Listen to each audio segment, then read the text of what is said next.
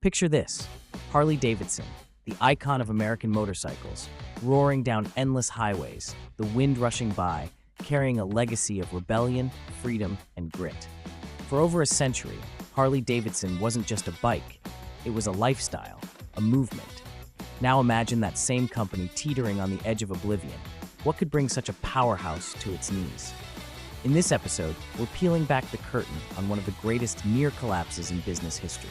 Harley-Davidson's journey was a wild ride, marred by risky decisions, fierce competition, and internal battles that nearly erased this American legend. But if you love a good comeback story, stick with us to the end. This isn't just a business tale, it's a story of resilience, transformation, and an extraordinary lesson in finding strength when everyone else counts you out. Welcome to the Roots to Riches channel, where we bring you powerful stories of brands that almost disappeared, only to rise again, stronger than ever. If you're new here, hit that subscribe button and turn on notifications so you don't miss the stories of how companies not only survived, but transformed. These aren't just stories, they're lessons, and who knows, maybe one of them could change your life. Our story begins in 1903. Harley-Davidson was born in a tiny wooden shed where four young entrepreneurs believed they could build something unique, a machine that embodied strength, freedom, and individualism. As the decades passed, Harley's motorcycles became symbols of resilience and independence. But success brought its own struggles, and behind the scenes, cracks began to form. By the late 1960s, Harley was king of the road. Their bikes weren't just machines, they were cultural icons. But here's where the trouble started. As demand boomed, the company's leaders grew overconfident. They believed their popularity would last forever, and they shifted focus from the quality of their bikes to the allure of the Harley-Davidson brand. Imagine being a die-hard fan, saving up to buy your dream Harley, only to find it constantly breaking down. For Harley's most loyal customers, it was heartbreaking. And just as Harley started to lose its edge, international competitors pounced. Japanese companies like Honda and Yamaha stepped in, offering affordable, high-quality bikes that outperformed Harley on nearly every level. Instead of adapting, Harley stuck to their guns, convinced that their legacy would be enough. But it wasn't. The brand's reputation started to crumble, and for the first time, their loyal fan base began turning to other options. In the 1970s, Harley's decision to ramp up production without maintaining quality led to serious flaws in their motorcycles. Imagine the frustration of a Harley lover dealing with an engine that constantly leaked oil or brakes that didn't respond when needed. These were issues of safety and trust, and customers noticed. By the late 70s, Harley was no longer seen as reliable. Even die-hard fans started questioning whether Harley-Davidson was the brand they once loved. In any relationship, trust is everything. And Harley's customers felt that trust had been broken. Sales plummeted, and Harley was forced to confront the harsh reality. They'd taken their customers' loyalty for granted. Maybe you can relate to that feeling, the moment you realize you've let down the very people you depend on. For Harley, it was a wake-up call, but it nearly came too late. By 1981, Harley was on the brink of bankruptcy.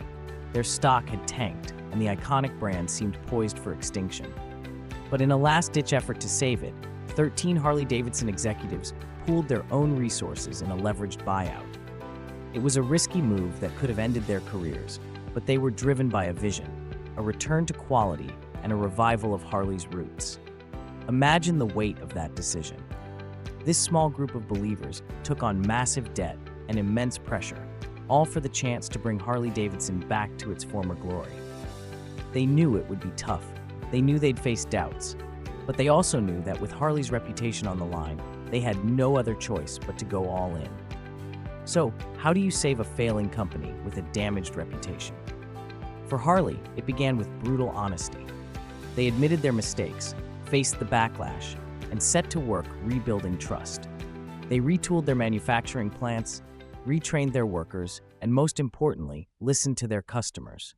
Harley-Davidson launched the Harley Owners Group, HOG, in 1983 to foster a deeper sense of community and loyalty among its customers. The 1980s were a time of recovery for Harley-Davidson, which had recently reclaimed its independence after a difficult period under AMF ownership. To regain consumer trust, Harley-Davidson needed to not only improve its products, but also create stronger, lasting connections with its riders. HOG provided a formal way for Harley enthusiasts to celebrate the brand together, offering events, exclusive rides, and social gatherings. These initiatives helped Harley-Davidson build brand loyalty by offering riders a unique lifestyle experience, not just a motorcycle.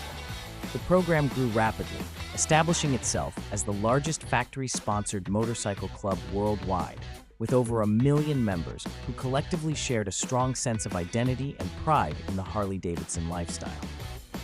By establishing HOG, Harley-Davidson encouraged its customers to be brand ambassadors, further strengthening the brand's image and commitment to quality and community. Riders weren't just customers, they were part of a movement. Have you ever felt that way, connected to something larger than yourself? It was an experience, a legacy. That was the genius of Harley's comeback. But Harley didn't make this comeback alone. In 1983, the US government imposed a temporary tariff on imported motorcycles over 700cc, giving Harley-Davidson a critical edge. Some saw it as unfair, but for Harley, it was the lifeline they needed to focus on quality and reclaim their place in the market. And with this time, Harley-Davidson introduced the Evolution engine, a reliable, oil-tight engine that was a far cry from the unreliable models of the past. With this technological shift, Harley finally showed their customers that they were serious about quality. Combined with their community-building strategy and a refreshed product line, Harley-Davidson was back on track. By the 1990s, Harley was thriving again, reclaiming its title as a global symbol of freedom and resilience. Their journey became a testament to adaptability and grit, proof that a brand, like a person, could come back from the brink. So, what can we learn from Harley's story? They faced cutthroat competition, fell behind in innovation, and almost lost it all. Yet, they clawed their way back by focusing on what mattered: quality and people.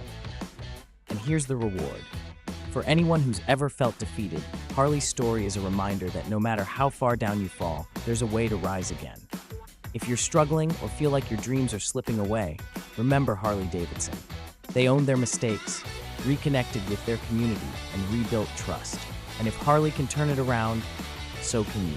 Because sometimes all it takes is one brave decision, one moment of resilience to change everything. So hang on tight. Maybe one day, you'll find yourself cruising down the highway, on your own Harley, knowing you fought for your dreams and won. And hey, if they can do it, maybe you can too. Thanks for tuning in and being part of our journey. If you're loving this content, make sure to smash that like button and hit subscribe to stay connected. Ring the bell so you're the first to know when new stories drop, because trust me, the best is just around the corner. And hey, don't leave just yet. Check out the videos on the side. You won't want to miss what's next. Let's keep growing together.